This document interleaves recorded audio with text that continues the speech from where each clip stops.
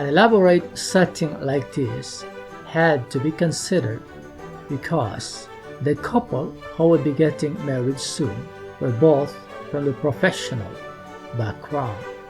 In Pakistan, a marriage of two individuals has got to have at least two separate wedding celebrations, one for the bride's family and the other for the groom's family. The intended celebration for the bride's family should come first in the calendar and must be held in a place within her community, chosen by her family.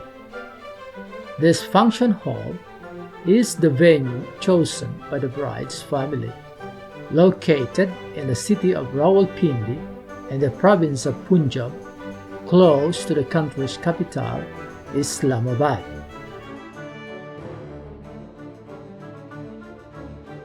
While the bride's family has opted for a modern version of Pakistani wedding, the groom's family holds on to their tradition, a typical Pashtun or Pathan village wedding celebration in which most of the preparations for the occasions are voluntarily done by the groom's family and friends.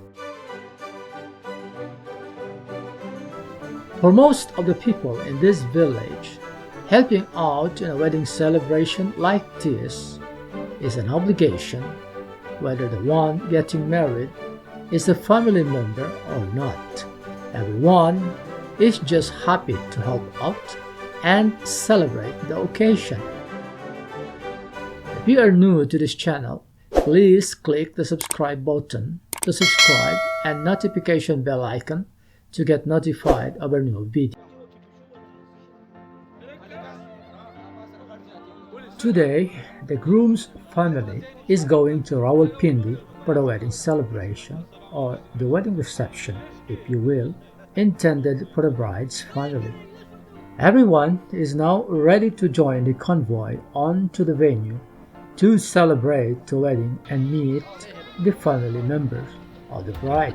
In Pakistani jargon, going to a wedding means going to a wedding reception or celebration, at least in the Western point of view.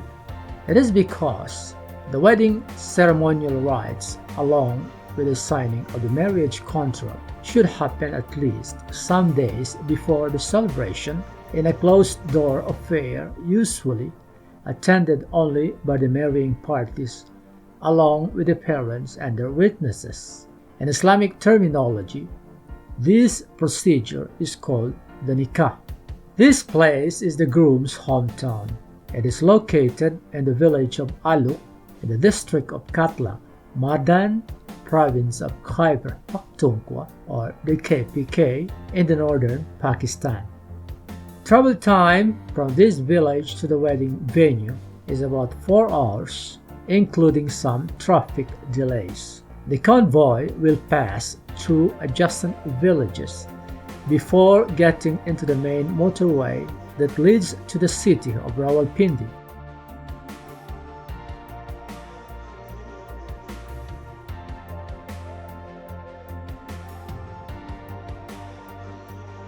Arriving in Rawalpindi, the convoy didn't go straight away to the venue. It stopped by the groom's rented accommodation, where the couple would soon settle after their wedding ceremonies. This one-story house with a rooftop has one master bedroom and 2 other spare rooms intended for guests that may come to visit them every now and then. It has a spacious living room, a kitchen, and 2 bathrooms. This house is rented for 30,000 Pakistani rupees, or about 197 US dollars in equivalent. The furniture and household appliances in this house are all provided by the bride's family. It is because it is a tradition in Pakistan that the male side shall provide the house and the female side shall furnish it. And this is the venue chosen for this occasion, a 1,400 capacity function hall and one of the largest in Rawalpindi. On the scene is the groom's younger brother Izaz Malik giving hand to the bride's younger brother Hamza. And this is the groom, the man of the hour, whose suit is further fixed by his cousins.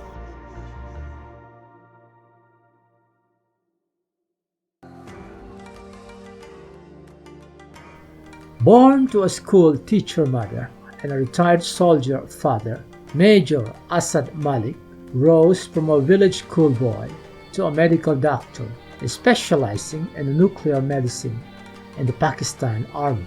When he took his job in the army, he met his soulmate, who would soon to be his wife.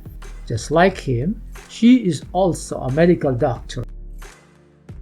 For many people in this village, Dr. Asad is a shining example of a success story due to hard work and dedication. And having that in mind, for the groom's family, this occasion is not only a wedding celebration, but also an opportune time to recognize and honor their son's achievement. At the entrance to the hall, relatives of the bride have already been standing in line, waiting to greet the groom's family and friends. On their way to the function hall, each one takes a turn to greet one another, either by giving a hug or shaking hands.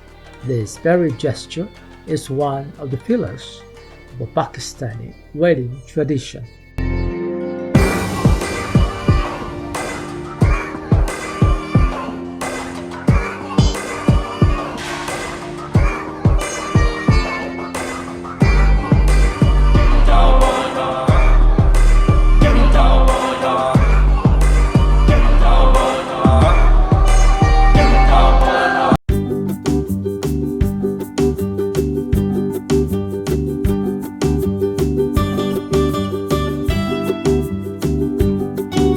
As it appears, the venue only accommodated less than half of its full capacity, so the hall just went spacious for everyone.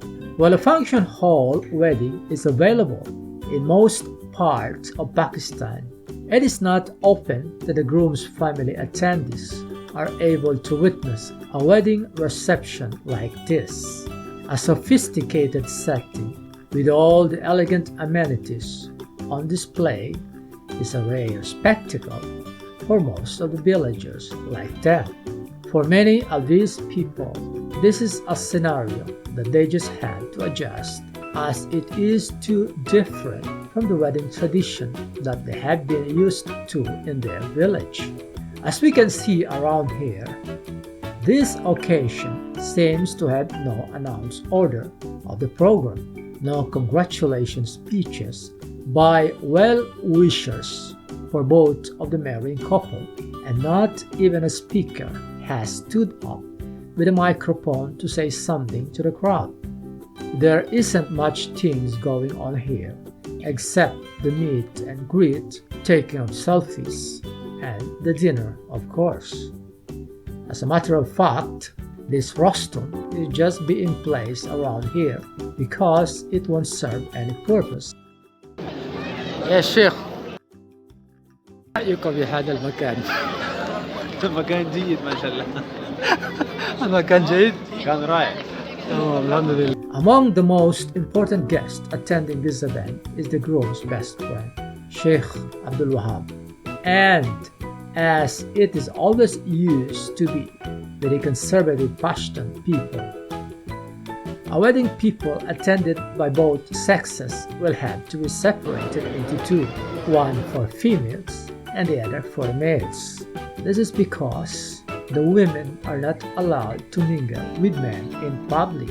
Likewise, it is also forbidden for their women to be photographed, let alone be captured in a video.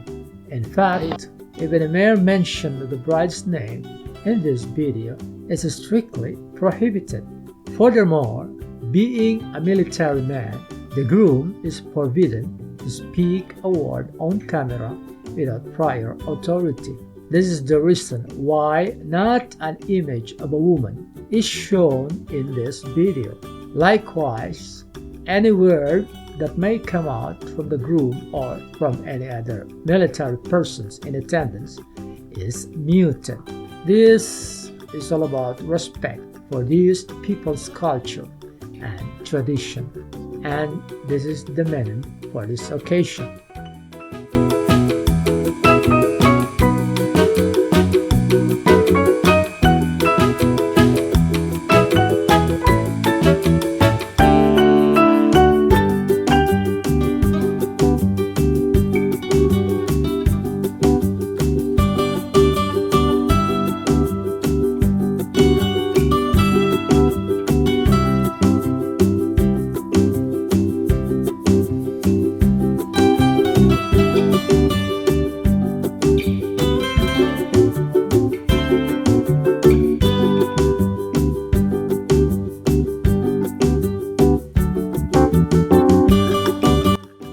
Finally, before the program would end, a lot of group photo ops with the groom must have to happen first.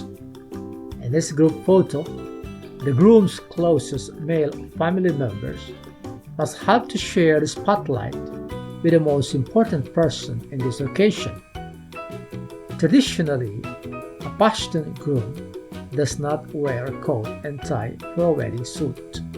But since this one is for a metropolis type of wedding, attended by his in-laws from a Punjabi tribe, along with his friends in the profession, it is imperative for him to just go with the flow.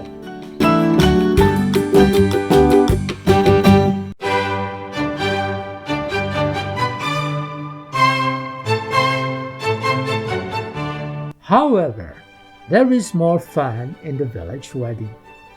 This is the colorful picture of a traditional Pashtun wedding tradition. The food preparation is the heart of the celebration. Every able male in the neighborhood must come to help out in whatever capacity he can offer.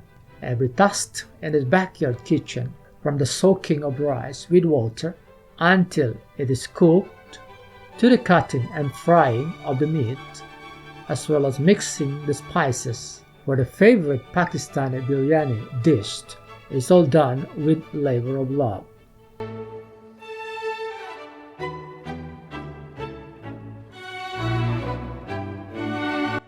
From one side of this makeshift kitchen, these fellows prepare the biryani plates on the top of these charpais or traditional beds,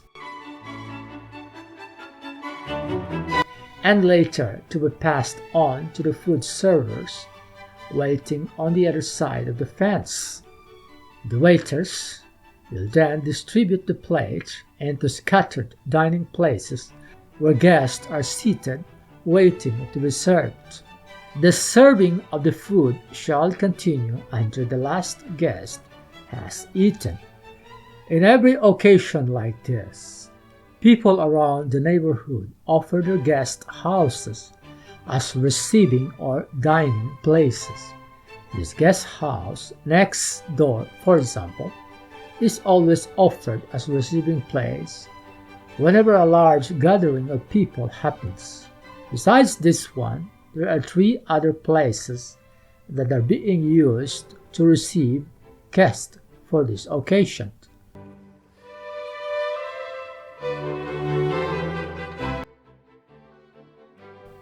About 5 houses away is this guest house that is also used as a receiving place. These people seated around here are probably just taking time to relax after eating, if not waiting for the turn to go to the dining hall.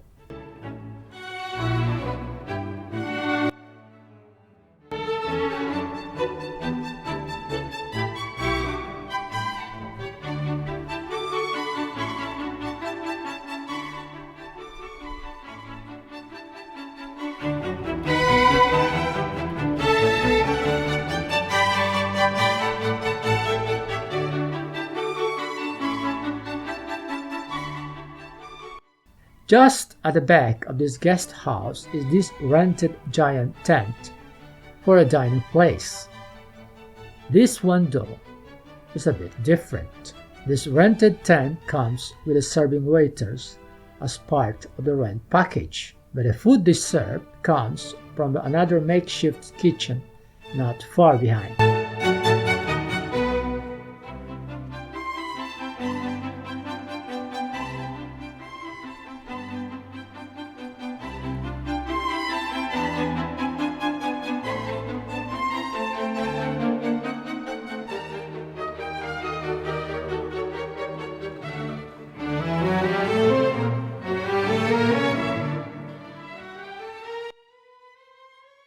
Along the narrow roads in this village are these vehicles of the guests parked against the walls of the houses around here.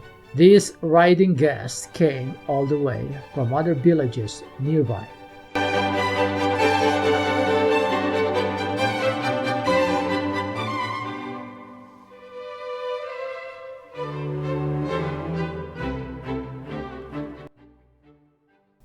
On standby near the makeshift kitchen are these young fellows who are just waiting for anything they can do to help.